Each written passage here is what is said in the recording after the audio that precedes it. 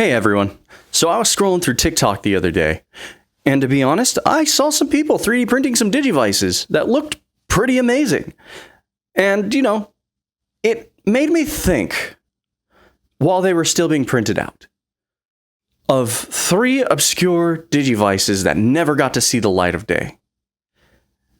So, sit back, take a quick minute, because I'm going to go over the lost digivices of Digimon Force 3.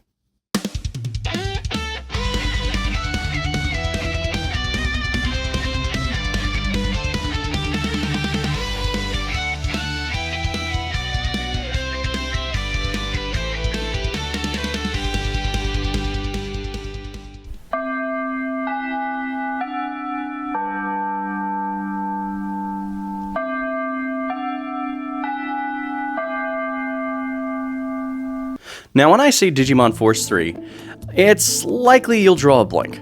To understand this unreleased concept and what it might have evolved into, we have to go back to the end of Digimon Frontier, all the way back in the USA to about 2003.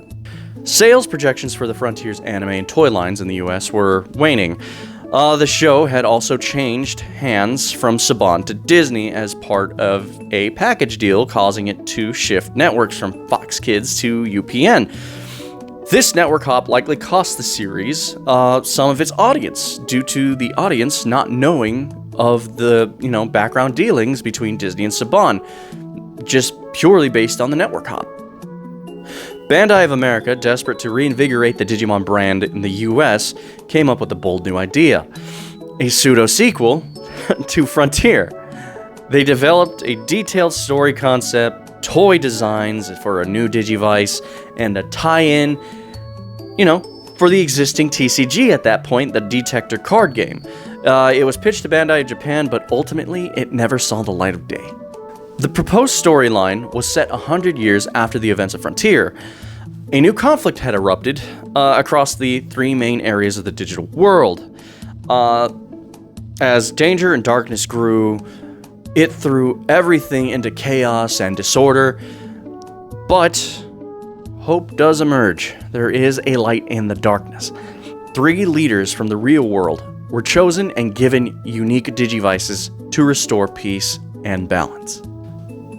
Now, these digivices in question are the Hyper Digivice, which was used to unlock Super Ultimate evolutions, the Fusion Digivice, which ended up being a possible inspiration to the Fusion Loader, or the Digicross system, or the Digifuse system and mechanics from the Crossloader, and then the Armor Digivice, which allowed for Digimental or Digi-Egg evolutions, which was supposed to be a more advanced version of the D3 combined with the D-Terminal, which was storage for Digi-Eggs. The ultimate goal was clear. Only when all 3 leaders mastered their respective Digivices could they unite them and their power to defeat the evil Hydemon and save the digital and real worlds. Now, this wouldn't be an artifact video if we didn't have some proof of concept or some sort of promotional materials to show. Here they are: the Hyper, Fusion, and Armor Digivices. You could probably assume their core gimmicks just from their names alone. In terms of real-world toy functionality, each device was intended to contain its own digital world. The grand plan was that if one tamer collected all 3, they could effectively rule the digital world within the toy's narrative. More practically, it was for linking all 3 devices, which at that point allowed for a multi-tamer battle to ensue, which was pretty ambitious technology for the time. Weird that doesn't exist still. And again, they had planned on synergy with the Digimon Detector card game, the TCG that was available at that time. The card codes that could be inputted into the detectors may have actually had similar functionality with these 3 Digivices, so not that much could be, verified other than that. Now, lore-wise, the details on the 3 leaders is scarce. I've found notes that say they shared a Digimon, just one, between the 3 of them. But I also found notes that say that Dracomon was actually supposed to be the hero Digimon for the series, but I've also found multiple other things, so I cannot verify anything about the story other than the concept. Now, very little info is known about this canceled project, but parts of it did live on from the way it looks, or at least I think. Because I have noticed that with this storyline, there were very, very many parts of this premise that sounded familiar. 3 areas of the digital world: collecting data, power, a central dark villain. This sounds a lot like Digimon Cross Wars, especially with the fusion digivice possibly becoming the crossloader. Now again, it is completely possible that the Forces 3 pitch was reworked years later. I mean years later, after Sabers. Because think about it. Hydemon ends up becoming Bagramon. The 3 map areas become the various zones with code crowns. And the 3 distinct digivices perhaps influencing the design of the crossloader itself. Or, the fusion loader in the US. But there's a lot of similarities that you cannot write off.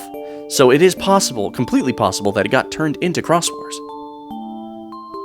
But that's just the theory. A Digimon theory. Alright, so now I want to hear from you. Would these American-made digivices have been neat to see?